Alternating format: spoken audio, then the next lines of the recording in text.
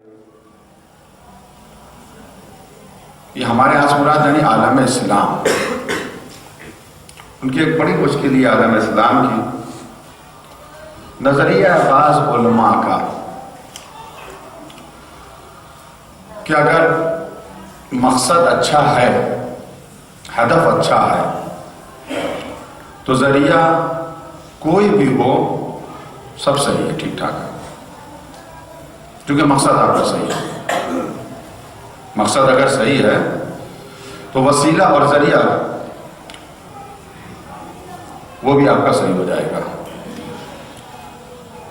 اسی بات کو بنیاد بنا کر آج بے گناہوں کا خون بہایا جا رہا ہے۔ اسی بات کو بنیاد بنا کر جو طالبان ہیں، داعش ہیں، سوسائڈ بم کرتے ہیں، اس میں بچے بھی مرتے ہیں۔ بھائی بچوں کا تو کوئی گناہ نہیں ہے، یہ تو مکلف نہیں ہے۔ عورتیں بھی مرتی ہیں، اس میں بے گناہ بھی مرتے ہیں۔ ایک جگہ انہوں نے بم رکھ دیا، کسی امام بارگاہ میں، کسی مسجد میں، یا کہیں پر کسی درگاہ میں، تو اس میں بہت سے بچے مر جاتے ہیں۔ ابھی چند دن پہلے آپ نے سنا ہوگا کہ پاکستان کے درگاہ کے وہاں بم بلاسٹ ہوا، بچے بھی مرے، عورتیں بھی مرے۔ بچوں کو یہ قتل کرتے ہیں، مارتے ہیں یہ، اور یہ کہتے ہیں کہ ہاں بچوں کا قتل کرنا صحیح نہیں ہے، غلط ہے، کیونکہ کسی بھی شریعت میں بچوں کا قتل کرنا جائز نہیں ہے۔ مگر کیوں قتل کرتے ہیں، کس وجہ سے؟ وہ کہتے ہیں کہ مقصد ہمارا صحیح ہے، ہدف ہمارا، گول ہمارا وہ صحیح ہے۔ مثلا کافروں کو قتل کرنا، جہاد، یہ جنت کا دروازہ ہے، یہ جہاد، مقصد ہمارا بہت صحیح ہے۔ چونکہ مقصد ہمارا صحیح ہے، اس وجہ سے یہ وسیلہ بھی ہمارا صحیح ہے، یہ ذریعہ بھی ہمارا صحیح ہے۔ یہ بہت بڑی غلطی ہے جو بیٹھے ہوئے لوگوں کے ذہنوں میں۔ ہمارے مکتب میں، ہمارے مذہب میں، مذہب اہل بیت میں ایسا نہیں ہے۔ مقصد کے ساتھ ساتھ وسیلے کا بھی صحیح ہونا ضروری ہے۔ ایسا نہیں ہے کہ صرف مقصد صحیح ہو، وسیلے میں آزاد ہے۔ اور اس کے بہت سے ہمارے پاس اگزامپل ہیں، بہت سے ہمارے پاس واقعات ہیں، بہت سی ہمارے پاس دلیلیں ہیں۔ پیغمبر اسلام حضرت محمد مصطفیٰ صلی اللہ علیہ وسلم، آپ کے پاس مدینہ منورہ میں ایک قبیلے والے آئے، سردار۔ اس زمانے میں یہ سسٹم تھا، آج بھی کہیں کہیں ہے کہ سردار کا فیصلہ آخری فیصلہ ہوتا ہے۔ اگر وہ گڈھے میں گیا تو قوم بھی گڈھے میں گئی، وہ راہ راست پر تو قوم بھی راہ راست پہ۔ تو پہلے عربوں میں یہی طریقہ تھا۔ تو آئے بڑے بڑے سردار، پیغمبر سے کہا کہ ہم مسلمان ہو جائیں گے، ایمان لے آئیں گے، لیکن 3 شرطیں ہیں، آپ مان لیجئے۔ کہا کیا 3 شرطیں؟ کہا پہلی شرط یہ 1 سال تک ہمیں آپ اجازت دے دیجئے اور بتوں کی پوجا کریں۔ ابھی دل نہیں بھرا، 1 سال تک اور پوجا کریں، 1 سال کے بعد جو ہے ہم ان کی عبادت چھوڑ دیں گے۔ دوسری شرط یہ ہے کہ آپ ہم سے نہ کہیے گا کہ بتوں کو اپنے ہاتھوں سے توڑ دو، ہم سے یہ نہیں ہو سکے گا کہ ہم اپنے بتوں کو اپنے ہاتھوں سے توڑیں۔ اور تیسری شرط یہ ہے کہ ہم سے اٹھا بیٹھا نہیں جاتا ہے، یہ معاف کر دیجئے۔ یعنی نماز، یار بڑے متکبر تھے، ان سے جھکا نہیں جاتا تھا، رکوع میں نہیں جایا جاتا تھا، ہم سے اٹھا بیٹھا نہیں جائے گی، نماز ہمیں معاف کر دیجئے۔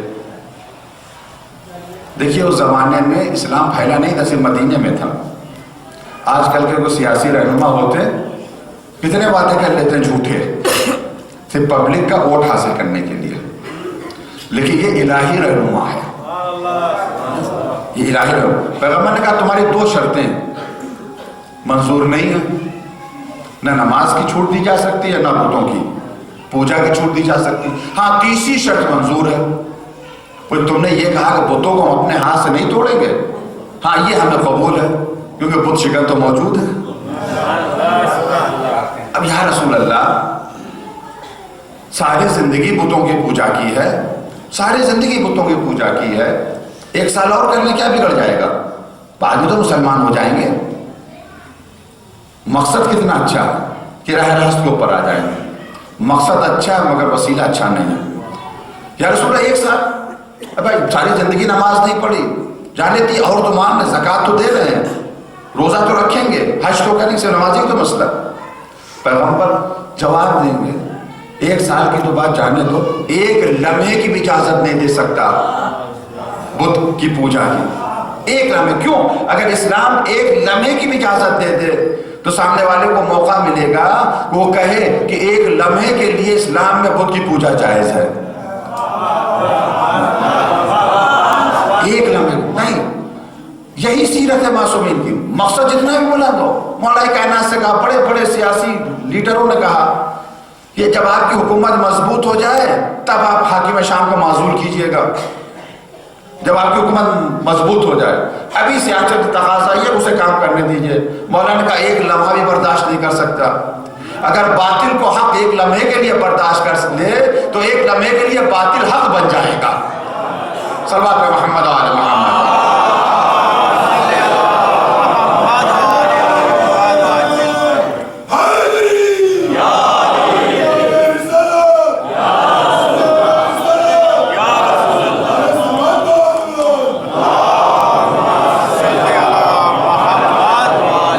مقصد اچھا ہے.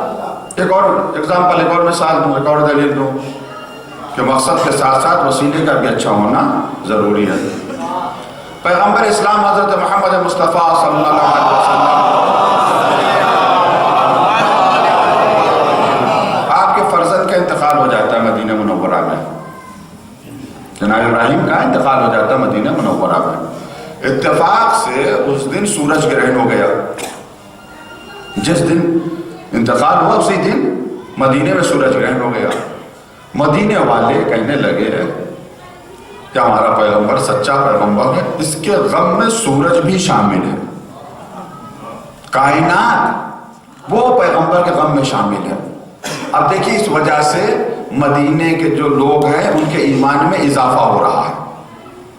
ان کے ایمان میں اضافہ ہو رہا ہے کہ ہمارا پیغمبر اتنا عظیم ہے کہ اس کے غم میں کائنات غم زدہ ہے, سورج غم منا رہا ہے. اور کوئی رہنما ہوتا سیاسی تو منع نہ کرتا تو خاموش تو رہتا ہی.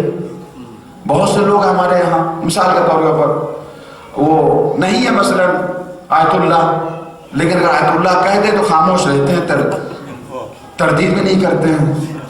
تو سے ایسے ہوتا نہیں ہوتا. پیغمبر خاموش رہتے کم سے کم, لیکن نہیں, یہ تو ہدایت کا راستہ بنانے کے لیے آئے ہیں قیامت تک کے لیے. جیسی پیغمبر تک یہ بات پہنچی کہ مدینہ والے ایسی باتیں کر رہے ہیں, آئے مسجد میں سب کو جمع کیا, خطبہ دیا. لوگوں ایسی بات نہیں ہے, یہ ایک آیت خدا ہے سورج گرہن. پر اس زمانے میں کیا پتا تھا کہ سورج گرہن کیوں ہوتا ہے؟ جہالت تھی اس زمانے, کچھ نہیں پتا. پیغمبر اس جہالت سے فائدہ حاصل کر سکتے تھے, مگر یہ پیغمبر ہے, دنیاوی لیڈر نہیں ہے. کہا لوگوں یہ اللہ کی نشانی ہے, نماز پڑھو تم. ہمارے بیٹے کے موت سے اس کا کوئی تعلق نہیں ہے, ہمارے بیٹے کے موت سے اس کا کوئی تعلق نہیں ہے. اگر اس وقت پیغمبر خاموش ہوتے تو اس زمانے میں مدینے کے لوگوں کا ایمان تو مضبوط ہو جاتا, مگر آج ہمارا ایمان خطرے میں پڑ جاتا, آنے والی نسلوں کا ایمان خطرے میں پڑ جاتا. کہ جب علم نے ترقی کی, اس نے اسباب معلوم کیے کہ کیوں سورج گرہن ہوتا, تو یہ ایسا پیغمبر ہے. ایسا تو نہیں ہے کہ کسی کی موت کے اوپر سورج گرہن ہو. تو اب دیکھیں مقصد بہت ہی اچھا تھا لیکن وسیلہ غلط تھا. اسلام کی حقیقی یہ ہے, مذہب اہل بیت کی ہے کہ مقصد بھی تمہارا صحیح ہو, وسیلہ بھی